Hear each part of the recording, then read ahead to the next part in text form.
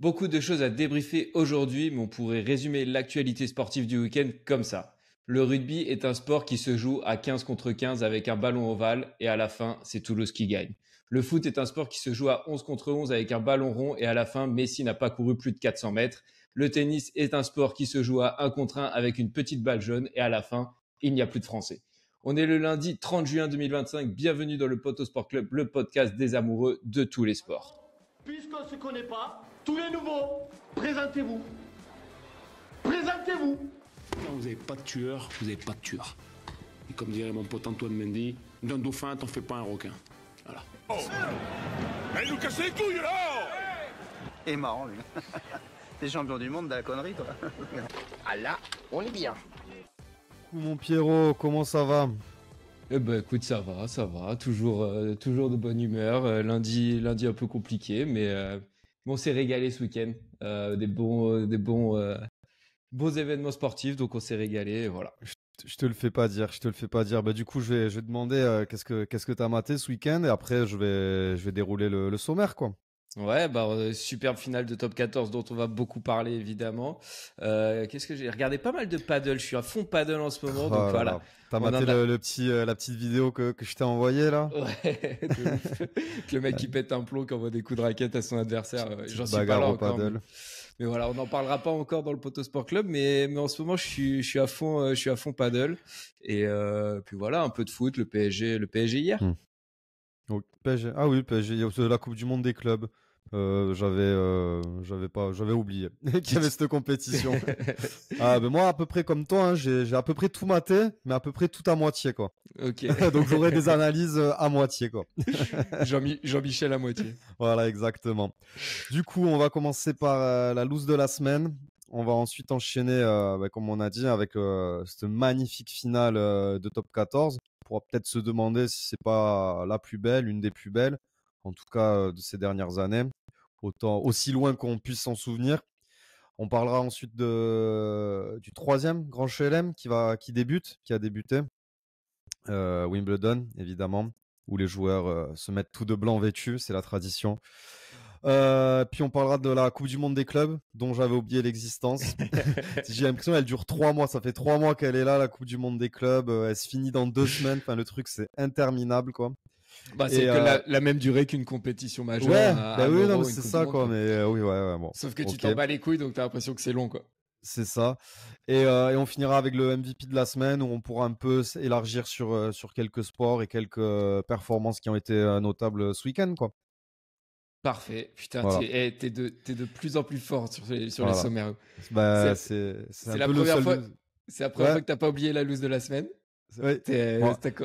J'ai juste dit quoi à la fin de chaque phrase, mais bon, on progresse. On note et on progresse, quoi. C'est cool parce qu'on est sur un des derniers épisodes de la saison et tu commences enfin à progresser, c'est dommage. On va faire 2 mois de pause après. Mieux vaut tard que jamais. Ça, c'est les contours, tu vois, ça m'a aéré l'esprit un petit peu. C'est ça. Donc, tu te sens frais, tu te sens libéré, et voilà. C'est ça. Ben, avant le dernier épisode de la saison, on reviendra la saison prochaine plein de force, de vitalité.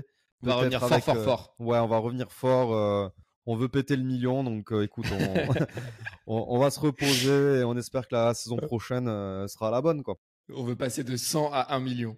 Voilà, pas de demi-mesure. Bon, du coup, rugby, top 14, finale, Toulouse. Ah, donc loose de la semaine, pour le coup, tu l'oublies pas. Oui, bah, ça a peut-être un lien, ça a peut-être un petit lien. Ah ouais, t'as une proposition loose de la semaine? Non, mais... Ouais. On aurait pu mettre l'UBB. Ah, c'est dur de les mettre. Chute au pied du mur, quoi. Au pied du mur, mais c'est dur quand même. Après, c'est un finaliste magnifique. J'ai plus envie de le voir comme ça qu'une lose, même si c'est la deuxième de suite qu'ils perdent. Non, moi j'avais John Textor quand même en lose de la semaine, qui a été sacrément secoué par la DNCG. L'OL, un temps, on a cru qu'il serait en Ligue 2, rétrogradé en Ligue 2. Apparemment pourrait potentiellement être maintenu. John Textor qui a été officiellement écarté de la présidence de l'OL. Je pense que ça c'est la première bonne nouvelle pour le club et pour les supporters lyonnais, remplacé par Michel Kang, donc celle qui est la proprio de la section féminine maintenant et aussi actionnaire de l'OL, et Michael Gerlinger, qui est un ancien vice-président du Bayern pendant 18 ans, et c'est donc lui qui va défendre le dossier de l'OL devant la DNCG, en espérant que les Gones restent en Ligue 1. Mais ouais, t'as pensé quoi, toi, en tant que fan de l'OM, t'es là, la rivalité qui prime avant tout, ou t'es quand même triste de voir l'OL descendre Mais non, en il y Ligue 2 a, si jamais c'est le cas? y a zéro rivalité dans ces conditions-là. C'est comme on est tous dégoûtés que Bordeaux soit pas en Ligue 1, que Saint-Etienne fasse le yo-yo. On a envie d'avoir une Ligue 1 avec des clubs forts, historiques et qui rayonnent quoi, à l'international, un minimum quoi. Et si on perd, déjà que la Ligue 1 c'est pas flamboyant, si on perd Lyon, bah, franchement il va plus rester grand-chose après, hein. Ouais, c'est le troisième club français. Ça t'enlève 4 ou 5 grosses affiches par saison. Donc, ça serait vraiment un énorme coup dur pour le foot français. Et bon, même si j'imagine que tu n'as pas suivi en détail tout ce qui s'est passé et tout, tu es plutôt confiant, ça va rester en Ligue 1. Maintenant que Textor est parti, peut-être que la DNCG sera plus à l'écoute. C'est quoi ton impression? On n'est pas dans les coulisses, dans les détails, mais je vois pas comment Lyon. Enfin, ça serait une bombe si vraiment Lyon la saison prochaine commence sa saison en Ligue 2 quoi. Ouais, bah après on l'a déjà vu, hein, la Juve c'était pour autre chose, mais parce il y avait eu des affaires de corruption, mais il y a eu des grands clubs comme ça qui ont été rétrogradés, Oui, donc ça arrive. on sait jamais, mais ouais, je suis d'accord avec toi que ça ferait mal au cœur, et ça ferait tâche. Ça ferait tâche, ouais, comme tu dis. Mais honnêtement, je sais pas, j'ai l'impression qu'il y avait un peu un combat de coq aussi entre la DNCG qui était complètement fermée à ce que Textor proposait, la multipropriété, tout ça, qui voulait pas en entendre parler, et Textor qui lui défendait son truc bec et ongle. C'est possible. Et du coup, tu vois, je pense que maintenant qu'il est plus là, peut-être que le dialogue va un peu plus s'ouvrir, qu'il sera un peu plus ouvert.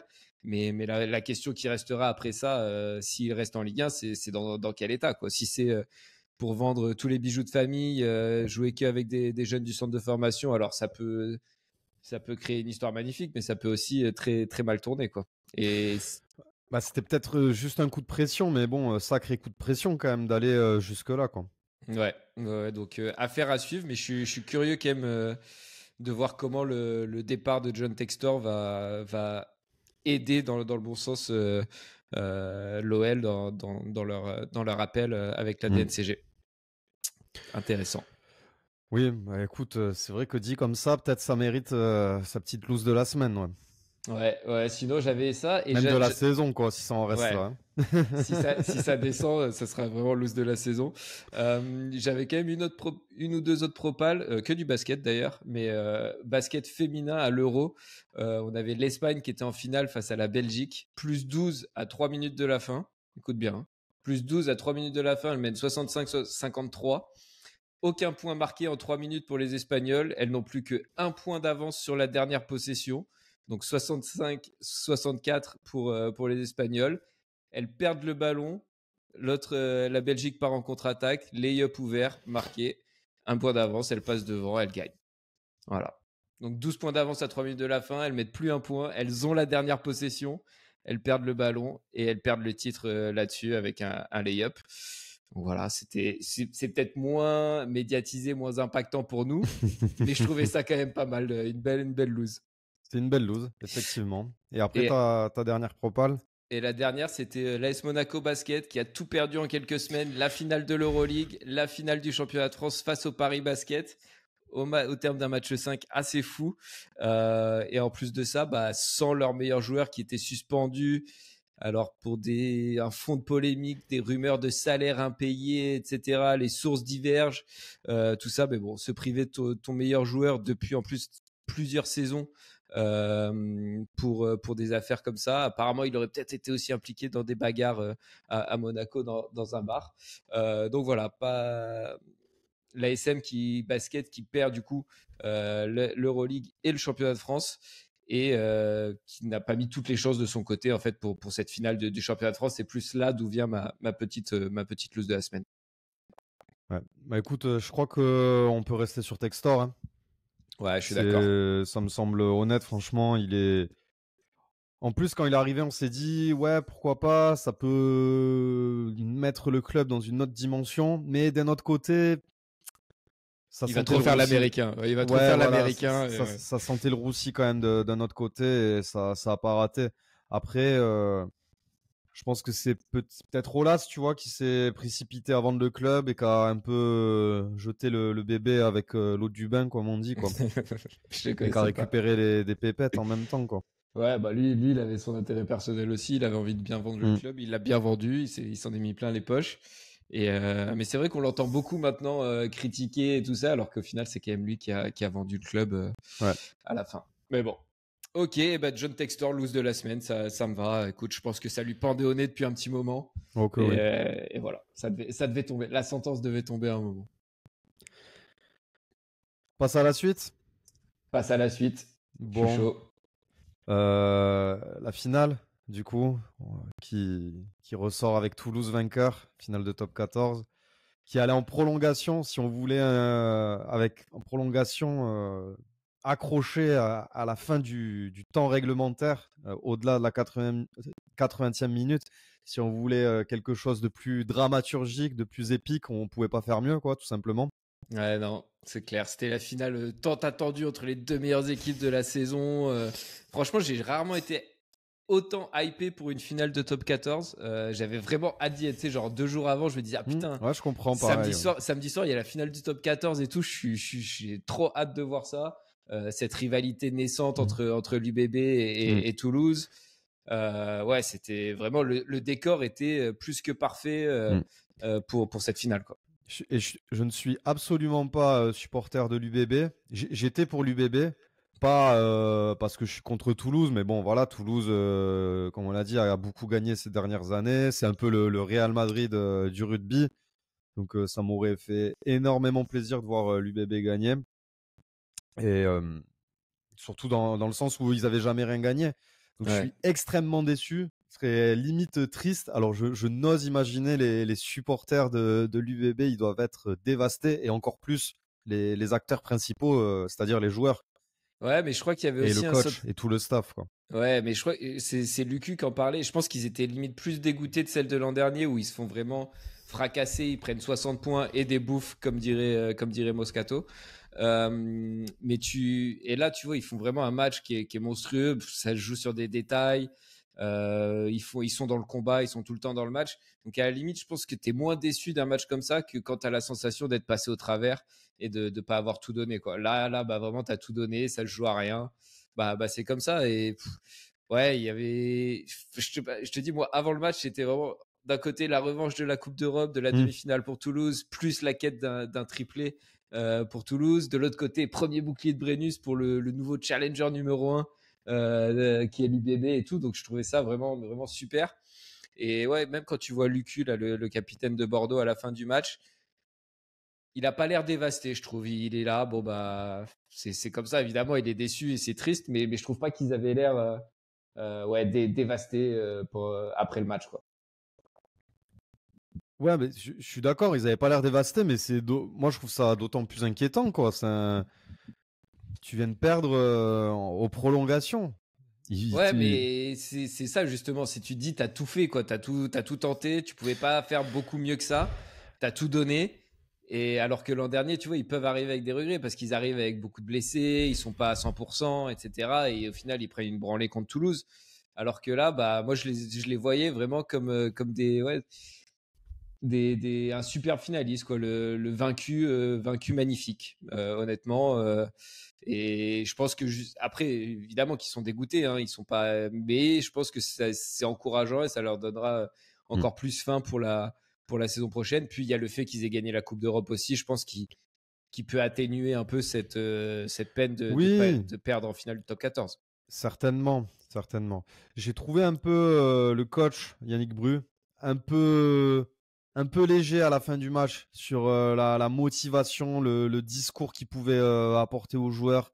C'est quelqu'un de posé, de calme, mais je trouve qu'il aurait dû en donner un peu plus. Il aura juste dit, ouais les gars, vous êtes revenus, vous avez pris un ascendant psychologique. Non, là il faut être en transe, quoi, à ce moment-là. Il faut les transcender, les joueurs. Je les trouvais trop gentillés. pas assez rentre dedans, quoi. Ouais, tout le monde ne peut pas être Luis Enrique, mec, hein, aussi. Non, mais je vois ce que tu veux dire. Tu vois ce que je veux dire? Quand j'ai entendu même, tu sais, genre, enfin, même juste dans la façon de le dire, je trouve il l'a dit. Ben oui. Ouais, bon, les gars, vous êtes revenus. Maintenant, le Voilà. momentum, il est avec vous. Donc, lâchez Voilà, rien. c'est ça. C'est exactement ça. À la limite, là, tu mais peux sérieux, dire, quoi. tu peux dire la même chose, mais en leur aboyant dessus. Et ça prend tout de suite une autre tournure, tu vois, je Ben, trouve. carrément. Mais, ouais. Et je pense que c'est ce qui s'est passé de l'autre côté. Et après, voilà, c'est une prolongation au rugby, c'est extrêmement court. C'est un peu, ça joue en ta faveur ou pas, selon la position que tu as, la domination que tu peux avoir au niveau du terrain. Voilà, ça pouvait basculer d'un côté comme de l'autre, mais ça a basculé du côté de Toulouse. Ouais. C'est un hasard, ben, peut-être pas. Et ils n'avaient pas le meilleur joueur du monde. Donc, qu'est-ce que ça va être l'année prochaine?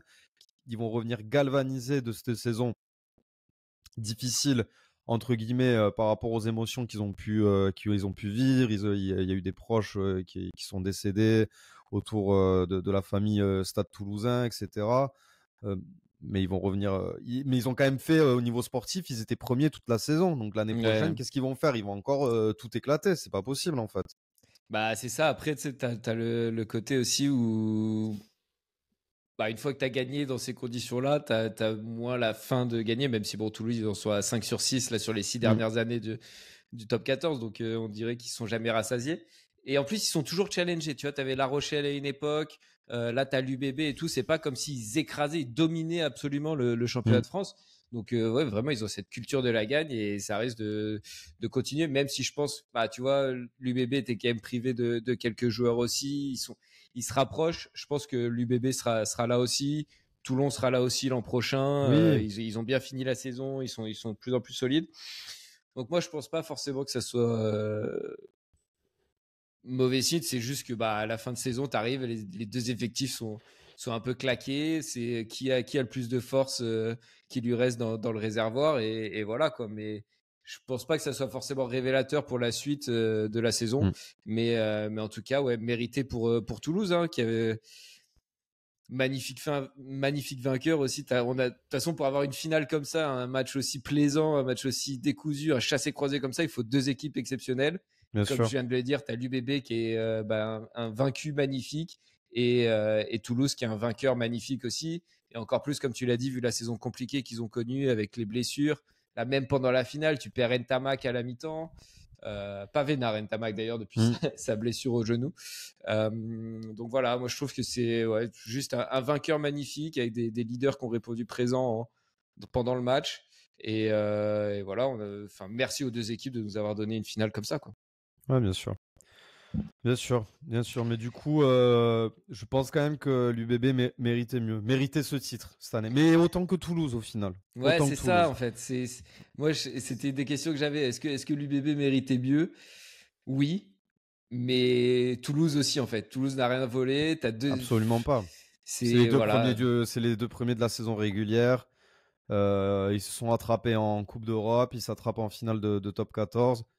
Bon, bah, 1-1, balle au centre. Et on verra l'année prochaine, quoi. Ouais. Et puis, juste pour en revenir sur le match en lui-même, j'ai trouvé la qualité du match assez folle pour une finale où d'habitude tu peux avoir des matchs un peu fermés et tout. Là, on a les leaders Ramos, Kroos, Willis côté Toulouse. Willis, mais monstrueux, j'ai trouvé l'anglais là. 2 essais, 13 plaquages réussis, plus au total côté Toulouse avec François Kroos. Et c'est marrant parce qu'il peut pas jouer avec l'équipe d'Angleterre parce que ces Anglais ont mis cette superbe règle que si tu ne joues pas dans le championnat anglais, tu ne peux pas jouer avec le 15 de la Rose. Ah ouais. Et ils en auraient bien besoin, mais bon, écoute, moi ça me va pour l'instant. S'ils jouent qu'avec Toulouse et qu'ils jouent pas avec le 15 de la Rose, ça me va. Mais je crois que pour la Coupe du Monde, ils vont peut-être changer les règles parce qu'ils se rendent compte que c'est un des meilleurs joueurs du monde à son poste. Et voilà, triste pour l'UBB, mais eux aussi ont eu leurs leaders qui ont répondu présent. Lucu notamment, Penaud qui marque un ou deux essais, Jalibert qui marque aussi. Voilà, merci aux deux équipes. C'est tout ce que j'ai envie de dire. Oui. Bah, pour revenir sur Ramos, homme du match. Ramos ou Willis, je sais pas. Enfin, pour moi en tout cas, je sais pas qui l'a eu. Je crois qu'il a été élu homme du match. Mais en tout cas, franchement, il confirme sur ses 3 dernières saisons que c'est un des meilleurs, voire le meilleur arrière du monde, quoi. Ouais, clairement. Et en plus, il a une polyvalence. On l'a vu en équipe de France. Il peut jouer C'était quoi, à la mêlée, à l'ouverture? À l'ouverture, ouais. À l'ouverture ou à l'arrière en général. C'est incroyable. Quand tu es Ouais. capable de faire ça, c'est incroyable. Et je te dis, même les deux buteurs sous pression, les deux, ils font 100%, ils n'ont rien raté. Enfin, c'était le rugby à son apogée, quoi. Gros combat, gros jeu au pied, dans tous les secteurs du jeu, j'ai trouvé ça incroyable. Voilà. À la fin, c'est Toulouse qui gagne, 5 victoires en 6 ans, 24e titre de champion de France. Tiens, C'est impressionnant. Petit quiz, qui est deuxième d'ailleurs? Deuxième, c'est une question piège ou pas? Non. C'est pas une question piège. Qui pourrait être deuxième au nombre de titres? C'est avec combien de titres? 14. 10 Quand de même. moins que Toulouse. 10 de moins que Toulouse. Quand même, 14. Wow. Je sais pas. Allez, bah tente un truc. C'est hémisphère sud. Bah non, de top 14. Oui, non, mais top 14. moitié sud de la France ou moitié nord? Je peux pas te dire sinon c'est trop facile. Ouais, c'est le Stade français. Ouais, c'est le Stade français. Ah, tu vois, je pensais pas. Ouais, Ok, 14. quand même. Mais j'ai regardé là, le début du championnat de France, gros, c'était genre en 1890, un truc comme ça. Enfin, ça fait vraiment genre 150 ans qu'ils jouent au rugby. Les Ok. scores en finale, il y a 200 ans, c'était genre 4-3. Des trucs comme ça, Ah ouais. vraiment très chelou. Bref, voilà. Mais bon, c'est Toulouse vainqueur, 24e titre, incroyable. Incroyable.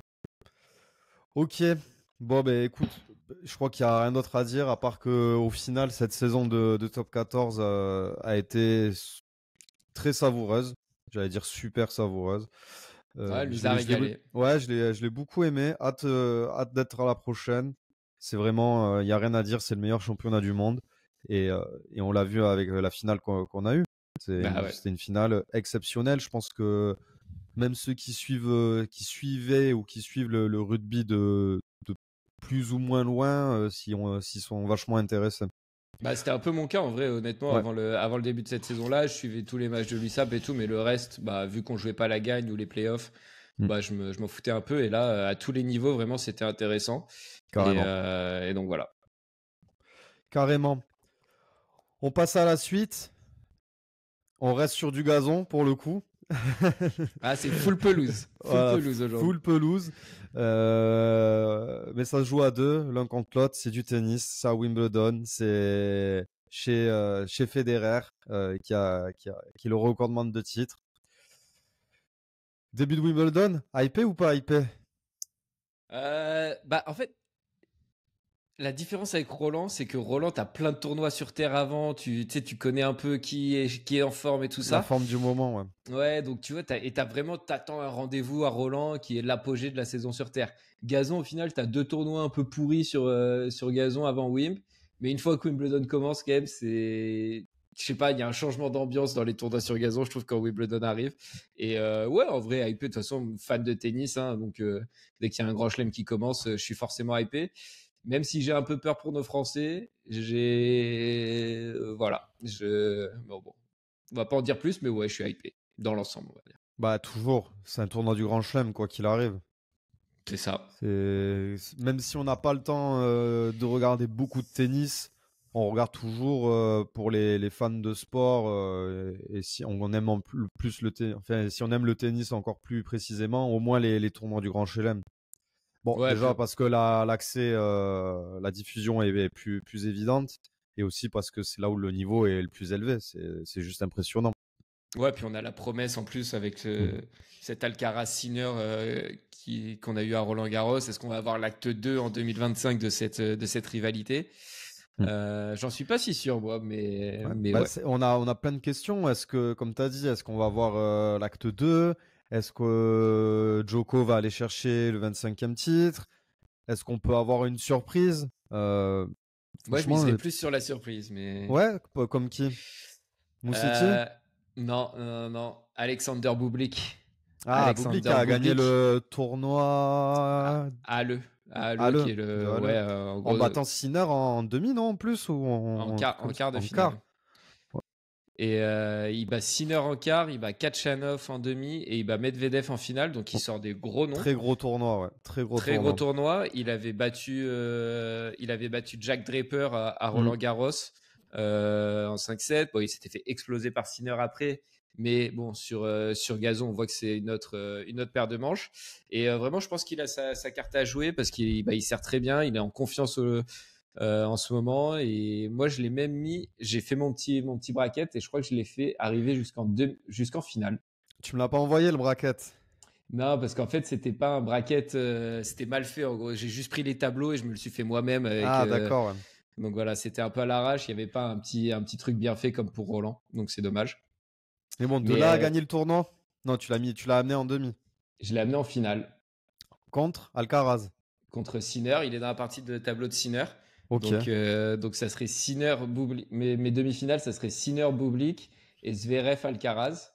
Et avec un Alcaraz, le seul à pouvoir sortir Alexander Bublik en finale. Ok. D'accord. Mais c'est une grosse cote en vrai. Si vous êtes parieur ou quoi, franchement, prenez ça avec des pincettes parce qu'on ne sait pas. Mais en vrai, il m'a régalé à Roland. Je trouve qu'il a passé un cap aussi parce qu'avant, c'était juste un joueur foufou et tout ça qui avait un peu rien à foutre du truc. Maintenant, il a passé un cap mentalement, tactiquement et tout, je trouve. Et il a toujours ce côté fou qui peut le faire, honnêtement, le faire battre n'importe qui. On l'a vu à Roland, il a battu Draper. On l'a vu à Halle, comme on vient d'en parler. Donc, honnêtement, ça peut se faire. Mais en plus, ça a l'air d'être un chouette gars qui a le public dans sa poche. Et j'ai vu une vidéo récemment, je crois que c'est cette saison, tournoi sur terre avant Roland, où il joue je sais plus qui. Tournoi, je crois que c'est à Madrid. Il joue je sais plus qui et il parle à l'arbitre à un moment. Il lui dit putain, le mec, il est top 100.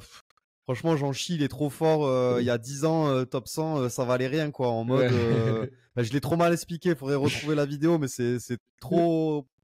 C'est trop marrant comment il est. En fait, et puis c'est chill. Ouais. Et c'était pas pour dénigrer le joueur, c'était pour le complimenter. En mode putain, le gars il me fait galérer, il est trop fort, quoi. Il est moins bien classé, il est top 100 et il me met la misère, quoi. Ouais, il disait, tu te rappelles, il y a 5-6 ans, là, quand t'avais des mecs un peu random qui étaient dans le top 30, en s'incluant là-dedans, tu vois, t'avais des mecs comme ça, c'était facile d'être top 30. Maintenant, t'as des mecs comme lui, là, il a 18 ans, il a les dents qui rayent le parquet, et il est même pas top 100, quoi. Et alors qu'il est monstrueux, donc ouais, c'était pas mal. Ouais, je l'aime bien aussi, ouais, je l'aime bien. Ouais. Mais voilà, un peu inquiet sur Sinner. Gazon, ça a jamais été sa surface de toute façon. Donc je pense que voilà, si je regarde son tableau, ça va à peu près. Et il a quand même Ben Shelton en quart de finale déjà qui sera pas facile. Je vois Bublik sortir Djokovic du coup justement en quart. Une autre grosse cote aussi, c'est Gabriel Diallo, là, un jeune Canadien qui vient de remporter son premier tournoi aux Pays-Bas sur gazon en sortant des bons joueurs bien aussi. Devant le micro. Ah, pardon, excuse-moi. Ouais. Là, je te disais, ouais, Gabriel Diallo, du coup, qui peut être une bonne cote aussi. Je l'ai emmené jusqu'en quart de finale. Ok. Et voilà, après, compliqué pour nos Français. Hein. Ils ont des tableaux qui sont pas faciles. On a Mpetshi Perricard notamment qui prend Taylor Fritz au premier tour. Corentin Moutet qui pourrait être une belle surprise côté français. C'est bien fait insulter la semaine dernière. Bon, il se fait insulter toutes les semaines. Hein. Il est resté calme, il a rien dit, quoi. Ouais, après, rester calme, gros, c'est quand même un fou furieux sur le terrain. Après, je vais pas donner de leçons parce que j'étais pareil, mais il pète des câbles, gros, c'est quand même assez un caractère. Fou. Ouais. Mais ouais, côté français, du coup, je pense que ça va être compliqué avec notre numéro 1 français en plus qui est forfait, Arthur Fils, depuis sa blessure à Roland Garros, là, qu'il avait contraint à l'abandon. Notre numéro 1 française qui n'a pas les mêmes capacités sur gazon que sur terre, du coup. Ah bah clairement, de toute façon, ça, il fallait s'y attendre. Vu son jeu avec les trajectoires ultra bombées, ultra liftées, c'est pas le genre de jeu où elle est loin derrière sa ligne, elle a besoin de temps. C'est pas le genre de jeu qui marche bien sur gazon. Je m'y attendais un peu, j'avais peur. Donc voilà, ouais, sorti au premier tour des qualifs, Loïs Boisson, la sensation de Roland Garros. On a Elsa Jacquemot qui est numéro 2 française maintenant, qui elle est sortie des qualifs. Putain, c'est dur quand même. Mais imagine, numéro 2 française, elle est obligée de passer par les qualifs pour rentrer à Wimbledon. Waouh, ouais, c'est chaud. Ouais. Et enfin, même la numéro 1, tu me diras, avec Boisson. Ben oui. Mais voilà, elle, pour le coup, je pense qu'elle a un potentiel peut-être un peu plus fort que Loïs Boisson. C'était un peu plus la jeune qui était au potentiel, qui a été suivie par la Fédé pendant longtemps. Et là, elle commence à avoir de meilleurs résultats. Donc, je la vois bien. Pourquoi pas? Elle joue une tête de série expérimentée au premier tour. Une Polonaise. Donc, ça sera pas facile. Mais voilà, si elle passe ce premier tour face à une tête de série, elle peut s'ouvrir un peu le tableau. Mais voilà, après, chez les femmes, de toute façon, il y a 2 favorites qui sont assez claires avec Sabalenka et Coco Gauff cette saison encore. Bon, hâte de voir ça. On n'aura pas l'occasion de le commenter dans le Poteau Sport Club, mais on en parlera, on pourra toucher un mot à la rentrée dans tous les cas. Ouais, carrément. Bah, la semaine prochaine, on en parlera un petit peu. Oui, mais, la semaine prochaine, mais on n'aura pas l'occasion de commenter la finale ni le vainqueur, quoi. Je me ferai peut-être un truc en solo si t'es pas dispo, on verra. En solo. Bon, le lundi 14, c'est sûr que je suis pas dispo. Ouais, je sais.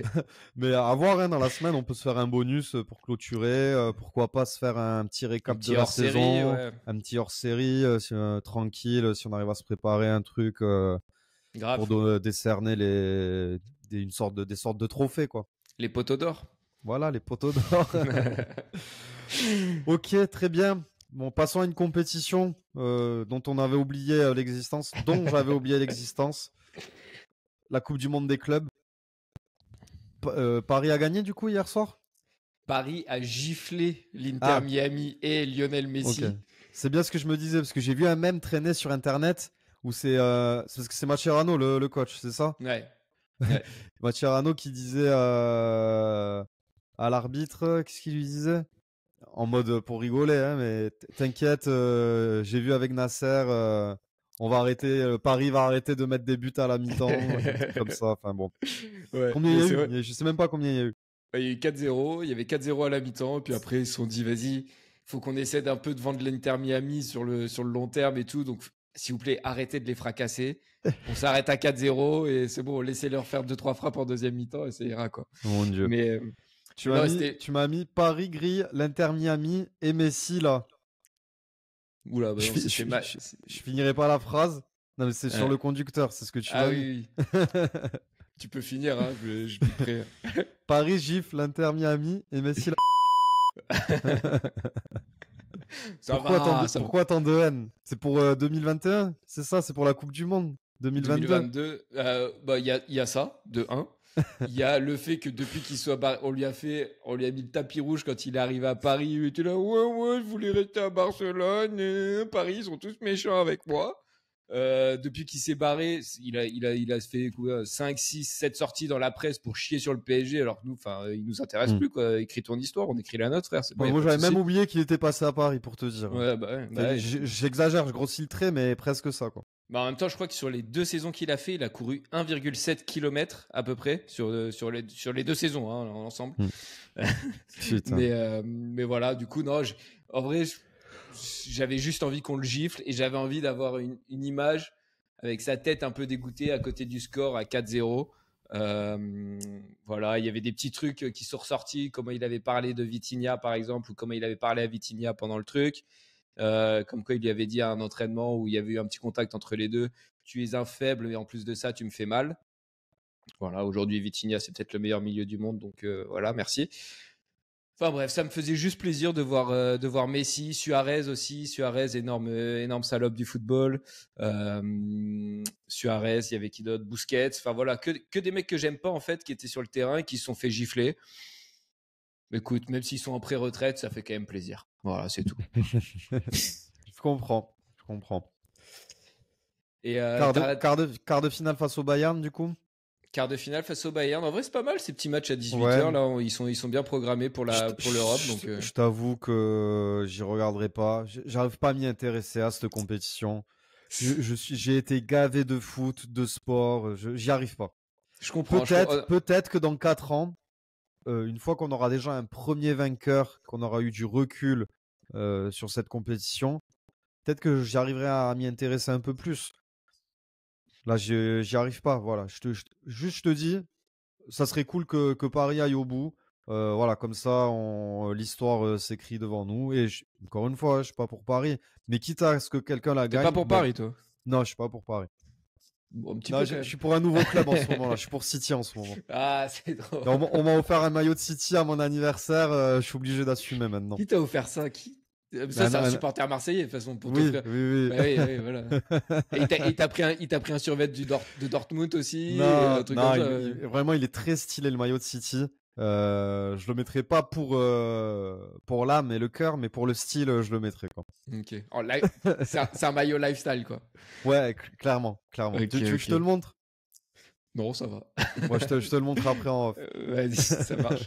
Mais pour le coup, c'était un peu ma question. Est-ce que tu arrives à t'y intéresser avec maintenant les matchs à élimination directe, maintenant qu'on a éliminé les équipes sud-américaines de merde là et qu'on a des bons gros matchs, voilà, c'est intéressant. Non, Bah après, en non, fait, ce pas qu'il y a, plus que ça. c'est qu'on va se retrouver avec des quarts de finale quasiment que entre équipes Ben, européennes c'est ça. et ouais, ça perd un peu de sa valeur, mais bon, ça montre que Mbappé avait raison en fait quand il parlait du foot sud-américain. De toute façon, ça saurait si le foot outre-Atlantique avait le même niveau que le foot européen. Enfin, je veux dire, il y Non, a parce certes que un très bon niveau et une ferveur peut-être. Enfin, il y a certes une ferveur. Non, il y a certes peut-être un très bon niveau et sûrement une ferveur plus grande qu'en Europe dans certains clubs, certaines zones géographiques. Mais je pense que dans l'ensemble, le foot européen est bien meilleur. non, mais ça on le savait, mais non, mais c'était juste une petite blague par rapport à ce que Oui. tous les Argentins Oui, avaient oui. utilisé contre Mbappé pour se motiver, la haine qu'ils avaient envers lui pendant la Coupe du Monde. Comme quoi, il avait dit qu'en gros, bah, le foot sud-américain était moins développé et que les meilleurs joueurs étaient en Europe. Bah, il avait raison, quoi, mais bon, c'était, voilà, juste une petite parenthèse fermée. Et d'ailleurs, est-ce que si l'Inter Miami en a pris 4 hier, c'est parce que Messi ne défendait pas et ne courait pas? Ou est-ce que cet argument-là, c'est que pour Mbappé qu'on l'utilise? Juste Non, pour savoir. Juste pour non, savoir. mais certainement. Non, mais certainement, mais aussi parce que c'est beaucoup plus faible. Ah oui, ok. Le mec Non, c'était terre juste à ça. terre, quoi. Non, Du mais coup, juste- Vas-y. non, mais du coup, oui, ok. Maintenant, pour répondre à ta question, maintenant qu'on arrive aux phases élimination directe, oui, je vais peut-être regarder un peu plus les scores, les résumés, mais je vais pas pour autant, même si c'est à 18h, regarder le match. Ouais. Non, non. Peut-être la finale. Peut-être la finale, si Paris y va, effectivement. Peut-être elle a le mérite d'être regardée. Mais bon, j'ai vu que c'était un dimanche 13 juillet. Bon, je suis pas disponible. Mais si j'avais été disponible, peut-être que je l'aurais regardé. Surtout si c'est toujours diffusé en clair, ces histoires. Bah, Ouais, là, donc tu vois, ça c'est plutôt cool pour le coup. DAZN, ils mettent tous les matchs gratuits déjà. Donc ça, c'est plutôt cool. Et Au après, moins ça. TF1 montre, ils avaient montré le premier match contre l'Atlético de Paris et je crois qu'ils montrent la finale aussi en clair. Ok, bon, mais au moins ça pour permettre au grand public de s'y intéresser. Sinon, ça serait muerto, c'est sûr et certain. Ouais, oui, c'est sûr. Bah, je pense que c'est pour ça qu'ils l'ont mis gratuit. Ils ont vu que ça, ils ont senti le flop arriver Ah ouais. et ils ont fait, bon, allez, on va mettre ça gratuit parce que sinon vraiment personne va regarder, quoi. Mais Et voilà, après, écoute, un titre, c'est un titre, peu importe l'importance. C'est la première édition. Mais il mérite à celui qui l'aura en premier. Ouais, moi en vrai je trouve ça cool quand même. Genre, Oui. j'arrive pas à rager trop dessus parce que. Alors oui, je regarde pas tous les matchs comme une Coupe du Monde des Nations forcément et tout ça, mais En tout cas, ça peu régale, importe quoi, l'équipe qui le gagnera, si c'est le Bayern, je sais pas s'ils ont gagné la Coupe d'Allemagne, je crois pas dans cette année. Mais ils diront qu'ils ont fait un doublé. Si c'est le Real, non, ils ont rien gagné le Real cette année. Mais si c'est Paris, ils diront qu'ils ont fait un quintuplé, tu vois. Peu importe Ouais. l'équipe qui la gagnera, il le rajoutera, le club le rajoutera au palmarès de la saison. Oui, ça râle jusqu'à ce que tu la gagnes et tu dises ouais, Voilà. on est la meilleure équipe du monde. C'est comme la Coupe de la Ligue à l'époque, quoi. Ouais, c'est ça. On reste dans le foot. Petit point mercato. Retour des champions du monde 2018, de certains champions du monde. Giroud à Lille, Pogba à Monaco. Ça te donne le sourire, je vois. Moi aussi, en vrai, j'ai trouvé la nouvelle plutôt chouette. Après, j'ai pas compris pourquoi Giroud, du coup, allait faire une escapade aux États-Unis pour ensuite pour les sous-sous. Bon, il aurait Bah, pu en je pense. trouver ailleurs des sous en Europe Ouais, mais pour les sous-sous, mais en étant tranquille, quoi, voilà. sans C'est ça. trop d'efforts. C'est ça, je pense. Et Et c'est puis en toujours, et vrai, c'est toujours mieux que les Émirats, quoi. Enfin, ouais, non, que le mais Golfe, que les pays du Golfe. puis en vrai, prendre des sous autant en Europe, je sais pas quel club lui aurait donné autant de sous. Alors, je sais pas les détails et tout, mais j'imagine que Los Angeles a dû bien payer. Il avait peut-être envie de se faire une saison tranquille avec les petits, avec maman à Los Angeles. Tu vois, je peux comprendre. Plus un choix familial qu'un choix sportif au final. Oui, clairement. Et sauf qu'après un an, il a dit à maman et aux petits, bon, les enfants, c'est sympa à Los Angeles, mais on va déménager à Lille maintenant. Mais Lille, c'est de la frappe, hein, attention. Hein. Oui, oui, oui, c'est de la frappe. Oui, ça reste dans le nord, frère. Il pleut 360 jours par an. C'est bon, hein, on va pas me la faire. C'est bon. Non, non, C'est bon. Lille, c'est cool. En vrai, j'aime bien, moi, ce club. Ah oui, le club, oui, il est cool. Mais même la ville, ça a l'air J'en charmé. sais rien, j'y suis jamais allé, frère. Je parle Non, mais en vrai, ouais, moi, je trouve ça cool. Tu Surtout crois que, il est en mode objectif Coupe du Monde? Il faut pas exagérer non plus. non, Giroud, je pense que c'est fini l'équipe de France. Pogba, je pense qu'il est en mode objectif Coupe du Monde. Ouais. Mais il a Mais intérêt Giroud, il a intérêt à tout donner parce que d'ici la Coupe du Monde, je crois qu'il y a que 2 ou 3 rassemblements avec les Bleus. En sachant que s'il n'est pas sélectionné là sur les 2 premiers, celui de mars, à moins qu'il fasse une saison stratosphérique d'ici mars, ça semble compromis quand même. je sais pas, moi j'ai envie d'y croire. Je me dis bah, déjà que Dédé l'adore. Ça, oui. Je crois en plus ils sont pas loin. Je crois qu'il habite à Cannes ou un truc comme ça, Deschamps. Enfin bref, j'ai entendu un truc comme quoi ils seront vraiment hyper proches. Et du coup, il avait peut-être aussi choisi Monaco pour être dans les petits papiers du coach. Bon, en tout cas, Au c'est milieu, même si t'as le manque, t'as pas ce profil-là vraiment au milieu en équipe de France en ce moment. Donc, s'il oui, revient et à un bon niveau, puis, est-ce que tu peux pas l'installer? s'il a le niveau, en tout cas techniquement et au niveau de la vision de jeu, il aura rien perdu. C'est juste les cannes. Est-ce qu'il aura les cannes pour mettre des coups de rein, courir et tenir 90 minutes toute une saison? Ouais, c'est clair. Après, moi, je pense que dans tous les cas, il peut. Moi, j'ai plutôt un bon pressentiment en vrai.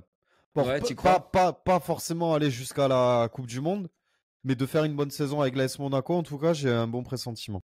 Ouais. Bah, je suis curieux de voir en fait, parce que bah, Monaco, il y a quand même du monde au Il a milieu. que 32 ans, hein, c'est un 93. Hein. Ouais, mais il a.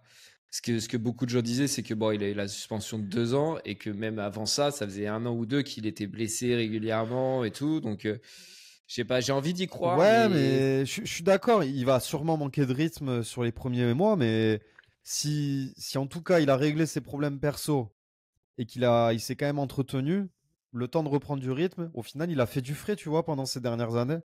Donc, ça peut le faire. Et puis voilà, il est à Monaco dans un environnement où c'est pas Marseille, tu vois. J'aurais aimé qu'il soit à Marseille, mais ça aurait été suicidaire quoi, d'aller à Marseille pour parce lui. que vraiment, il fait 2 mauvais matchs, il se fait assassiner et voilà. Ben oui. Donc, ouais. Mais non, en vrai, puis j'ai une petite émotion en plus en fait, c'est un mec qui m'a tellement fait kiffer. Ben oui, Vraiment, Pogba 2018, gros, c'est un de mes joueurs préférés all time. clairement. Parce que sur le terrain, même en dehors, t'es toujours le smile avec Grisou à faire ça avait l'air d'être un bon gars et tout. Je sais pas, il y avait un truc avec lui et ça m'a fait vraiment de la peine. Tout ce qui lui est arrivé avec bah, son entourage, la suspension, les blessures, etc. La de le vidéo voir où il revenir signe là, là, c'est. la vidéo où il signe, ça Je m'a. suis sûr, c'est même pas vraiment scénarisé, c'est pas scénarisé, je pense. Je pense que c'est vraiment ça sort du cœur. Ah, Il je en pense que c'est revient pas. authentique de fou. Ouais. Ouais, il revient de tellement loin. Non, c'est beau. Franchement, je suis pour l'AS Monaco l'année prochaine. Je comprends. Mais ouais, du coup, à voir. Mais je pense qu'il y a un milieu qui est déjà quand même assez fourni, mais qui peut rendre service. Dans le vestiaire, ce sera toujours important d'avoir un mec comme ça. Et puis voilà, quoi, tu sais, si c'est même pour jouer 30-40 minutes par match, ça peut avoir il peut avoir un rôle à jouer dans cette équipe de Monaco. Non, mais je vois pas pourquoi ça le ferait pas. Giroud était performant à l'AC Milan à 36 ans. Pour parler, à Lille, l'ancien attaquant là, de Lille, le Turc, était performant à pareil 35-36 ans. Il a que 32 ans, Pogba, c'est un 93. En soi, il a notre âge. Alors nous, on n'est pas des sportifs de haut niveau, on est des conditionnés. Mais en vrai, est-ce que tu te sens tiré? Enfin, tu vois ce que je veux dire? Est-ce que tu te sens faible? Non. C'est juste que non mais Ça dépend des jours. non, mais tu vois ce que je veux dire, on n'est pas cramé, tu vois. Donc lui Après, gros, je me suis envoyé 2 matchs de paddle samedi, j'ai pas bougé du week-end après. Mais non, donc. mais lui qui a une hygiène de vie, je pense, optimale et qui doit avoir les dents qui rayent le parquet, ça va le faire. Hein. Ouais, Ça va le faire. J'espère. Mais en tout cas, c'est belle petite émotion de voir nos champions du monde revenir en Ligue 1. Enfin, Ouais. Pogba venir tout court, parce qu'il a jamais joué en Ligue 1. C'est vrai. Mais ouais, Giroud de retour au LOSC. Curieux de voir si ça va être titulaire. Je pense que ce sera plus un rôle de vestiaire et de doublure. Mais oui, ça c'est sûr par contre. Ça c'est sûr. Mais plaisir en tout cas de les revoir en Ligue 1. Chambé. On passe au MVP de la semaine. Allez. Toujours pas de jingle. Toujours pas de jingle. On va taper sur ça pour la saison prochaine. Exactement. Quand tu dis on, c'est moi qui vais taper sur ça. Oui, enfin, toi, tu vas utiliser tes petits doigts et ton cerveau, et moi, je vais te donner quelques idées, quoi. C'est ça. Tu vas valider ou pas, quoi. C'est voilà. Ça. Ok, ça marche. Ouais. Du coup. T'as des propals ou j'enchaîne? Moi, j'ai quelques propals. Enfin, j'ai surtout une propale.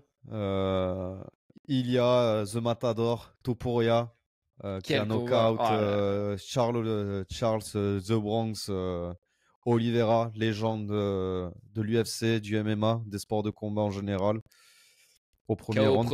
Au premier round, ouais. Incroyable, ce mec est impressionnant, il a une grande gueule, mais il a de la suite dans les idées, il assume ce qu'il dit.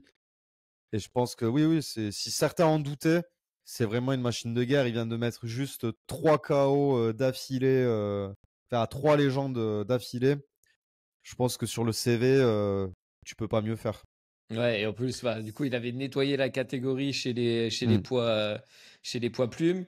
Il monte en poids léger parce que pour avoir un nouveau challenge en la personne d'Islam Makhachev, qui lui du coup c'est un peu échappé. Je sais pas ce que t'en penses d'ailleurs, il s'est peut-être échappé.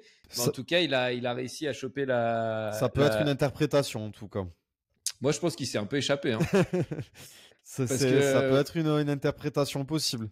Parce qu'il a quoi? Il a 4 ou 5 défenses de titre en poids léger, Makhachev. Il massacre tout le monde. Et là, il y a un nouveau mec qui arrive, qui était un peu inattendu, qui a massacré tout le monde dans la catégorie en dessous, qui est un putain de boxeur, qui est un bon lutteur. Et là, Islam, tout d'un coup, décide de partir dans la catégorie juste au-dessus pour un champion qui est quand même... Bon, voilà, chez les poids welter, c'est moins dominateur, c'est moins... Jack Della Maddalena, je sais pas comment on dit là. Della Maddalena. Ouais, qui est quand même beaucoup moins inquiétant que Topuria, quoi. Je dis ça peut être une interprétation parce que je pense pas quand même que Makhachev se soit échappé. Je pense que pareil, il a peur de rien et de personne. Je dirais plus que c'est un concours de circonstances, mais oui, c'est quand même assez curieux. Ouais. Ouais, moi, il s'est échappé, je te dis. Là, c'est assez curieux. Mais ouais, Topuria, du coup, 10e double champion dans 2 catégories différentes de l'UFC. Alors, 10e double champion, mais pas en ayant... Pas les 2 ceintures au même moment. Ouais, pas les 2 ceintures au même moment. De toute façon, tu peux plus, je crois, parce que si tu veux monter de catégorie, il faut laisser la ceinture vacante, comme Islam l'a fait, comme je sais pas Topuria si l'a ça fait peut se dans faire encore. Mais bon, peu importe, la performance, c'est historique dans tous les cas. Tu peux m'en citer combien des combattants qui ont eu qui ont eu le titre dans 2 catégories différentes? Oh, il y en a quelques-uns. Il y en a, c'est le 10e Topuria. Je crois il y a John Jones, McGregor, évidemment. Ouais. Un très récent aussi. Il y a pas la Amanda Nunes. Si, t'es chaud. Si là, je pense pas que tu l'aurais. Ça fait 3. Cejudo aussi. 4. Tu l'as vu le poste ou quoi? Non, mais je le sais. Okay, et après... Un récent là, récemment tu dis? Ouais. Mais je l'ai dit à John Jones, non? Non, plus récent. Plus récent. Topuria du coup. Ouais, mais c'est pas à lui que je pensais. Du coup, t'en as 5 sur 10. 5. Un Brésilien. Un Brésilien. Alex Pereira. 6. Putain, t'es chaud. Et là, Là, je En bloque vrai, un il y, peu. y en a deux que tu peux encore me sortir. Si les deux derniers, c'est les Il y a plus pas anciens. le. Putain, j'ai un trou là. Le russe. Tard Non, l'époque. non, non, il est Non? pas tard l'époque. Mais il y a d'autres mecs tard l'époque aussi, hein. Il faut que tu me donnes des indices. Je pense que je peux Vas-y. les trouver, mais. Il y en a un, c'est le plus grand rival de John Jones dans sa carrière. Ou en tout cas, celui avec qui Ah, il a bah, parlé, Cormier. Cormier. Il y Oui, en a un, évidemment. c'est vraiment peut-être la plus grande légende du MMA mondial. Mais aussi peut-être pas, il y a débat. Et il est pas américain. Il est même francophone. Et même Ah, GSP. Voilà, ça fait 8. Putain. Putain, 8 sur 10, gros, t'es méga chaud. Ouais, avec des Euh, indices les derniers quand même. Ouais, mais en vrai, je pensais pas que t'en aurais autant. Je t'ai un peu sous-estimé. Et les deux derniers, je te les donne. Ouais, donne-moi, ouais. BJ Penn, que je connais pas, Ah oui, oui, oui. Ok, ouais. et Randy Couture. Et je les aurais pas eu. Ok. Enfin, je les Ouais. connais évidemment, mais je les aurais pas eu comme ça. Ok. Ouais. Putain, impressionnant. Tu vois, je te. Mais à culpa, je t'ai sous-estimé là-dessus. Je pensais pas que tu connaissais vraiment l'UFC, mais ok, tu connais. Eh ben oui. Euh, Je t'ai pas offert un livre au fait sur ça? Ah, mais tu l'as bien feuilleté, je vois. Bah, gros, c'est de la déco, on connaît ça. Vas-y, bah du coup, je passe à mes propals. Moi, j'en ai quelques-unes. Vas-y. La première, c'est Christian Mbili, le boxeur franco-camerounais, victoire par KO au premier round pour s'emparer de la ceinture par intérim des super moyens. 29 victoires, dont 24 avant la limite pour 0 défaite pour le boxeur français. Voilà, ça renforce beaucoup sa légitimité pour un combat face à la légende Canelo Alvarez. 63 victoires, 2 défaites en carrière et qui lui détient les 4 ceintures mondiales de cette catégorie. Donc voilà, Canelo plus intéressé par des méga fights très lucratifs face à des gros noms que face à des mecs qui montent dans la catégorie, mais à terme, peut-être qu'on aura un boxeur français qui se battra pour la ceinture mondiale dans cette catégorie. Tu suis un peu la boxe, toi? Je sais que tu es à fond UFC, mais boxe. Je suis. C'est vrai qu'il y avait ce combat, mais on peut pas tout suivre. On peut pas tout suivre. Mais en Non, plus, c'était juste une question. il m'intéressait ce combat parce que justement, c'était un peu un quart, voire une demi-finale mondiale pour éventuellement affronter Canelo, mais ce sera pas le cas. Ce sera peut-être encore après. À voir. Ouais, parce que là, il a un combat contre Crawford, je crois, qui est un peu C'est un ça. méga fight. Ouais. Donc voilà, en tout cas, très, très convaincant le boxeur français. Donc voilà, moi je t'avoue que je suis pas trop, mais dès qu'il y a un français, de toute façon, C'est une je m'y machine intéresse un petit peu. c'est une machine et c'est un good guy en plus. Ok, bah allez Christian, on est derrière toi et on espère un title shot bientôt. Lando Norris, notre propal aussi quand même, vainqueur du Grand Prix d'Autriche après une belle bataille face à Piastri. La première moitié de course était vraiment intéressante. Absolument. Ça s'est bien bagarré après le départ entre les deux McLaren. Bon après on n'a pas fait un sujet Formule 1 parce que c'est un peu tout le temps la même chose récemment avec les McLaren qui dominent et les autres qui se battent pour les miettes. Mais voilà. Lando Norris qui remonte un peu sur son coéquipier au classement pilote. Côté français, on a Ocon dans les points, c'est tout. Et abandon de Max Verstappen au premier virage, suite à une erreur de Kimi Antonelli. Ouais, il a eu trop la confiance sur la bord du virage. Ouais. Vraiment, il a juste pas freiné en fait. Il a dit je vais tenter tout droit et on va voir ce qui se passe. Donc voilà. Tu voulais rajouter quelque chose sur la F1? Non. Non, c'est bon. On aurait pu rajouter le Stade Toulousain du coup dans l'MVP, mais bon. Bah moi j'avais mis Jack Willis parce que voilà pour sa prestation, ses 2 essais, son nombre de plaquages et tout. Et la dernière c'était TJ Short. C'était il y a un petit moment, c'était mardi ou mercredi. Mais voilà, il fait quand même le meneur du Paris Basket. Oui. Qui fait un match 5 énorme, 27 points, 10 passes décisives pour permettre au Paris Basket de remporter le premier titre de son histoire. Et en plus de ça, c'était le dernier match de TJ Shorts avant de s'envoler vers la Grèce et le Panathinaikos, je crois, pour la saison prochaine. C'est ça. Bon, on n'a même pas parlé d'OKC, vu que la semaine dernière, on n'a pas pu faire l'émission. Écoute, on en parlera à la rentrée, en vrai, à froid, en prévision de la saison prochaine, hein, de toute façon. Ouais, je pense que c'est une bonne idée. Moi, sans conteste, moi je suis pour Ilia, hein, Topuria. C'est juste impressionnant, historique, ce qu'il a fait. Donc, ouais, puis même la façon de faire, quoi. KO comme ça sur Oliveira, qui est une référence. Et puis, il l'a fracassé. Dès le début du combat, tu sentais qu'il y aurait pas de match, quoi. Ouais. Donc, je suis d'accord avec toi. Je suis OK pour Topuria. Très bien. MVP de la semaine. Bah, mon Pierrot, c'était méga fun, comme d'habitude. On se retrouve la semaine prochaine pour la dernière de la saison. La dernière de la saison, la semaine prochaine. On parlera un peu de Wimbledon. Cette saison, je sais même pas si c'est vraiment une saison 1, c'est une saison bêta un peu, quoi. Ouais, voilà, c'est la saison saison test, bêta. c'était quoi. C'est la saison mi-figue mi-raisin. C'est ça. Voilà. Je te laisse conclure. Eh ben, ciao l'équipe. À la semaine prochaine pour la dernière ou l'avant-dernière, on sait pas. Mais on se voit très vite. On n'oublie pas de liker, de tout ça, s'abonner. Si vous êtes sur Spotify, sur tous les trucs en audio, vous mettez un petit like, vous vous abonnez, vous activez la notif. C'est hyper important pour le référencement. Mais tout ça, on vous le rappellera la saison prochaine, une fois que ça aura vraiment commencé. Bisous l'équipe. Alors, puisqu'on ne se connaît pas, tous les nouveaux, présentez-vous. Présentez-vous. Quand vous n'avez pas de tueur, vous n'avez pas de tueur. Et comme dirait mon pote Antoine Mendy, d'un dauphin, t'en fais pas un requin. Voilà. Oh. Mais nous casser les couilles là. Et marrant, lui. T'es champion du monde de la connerie, toi. Ah là, on est bien.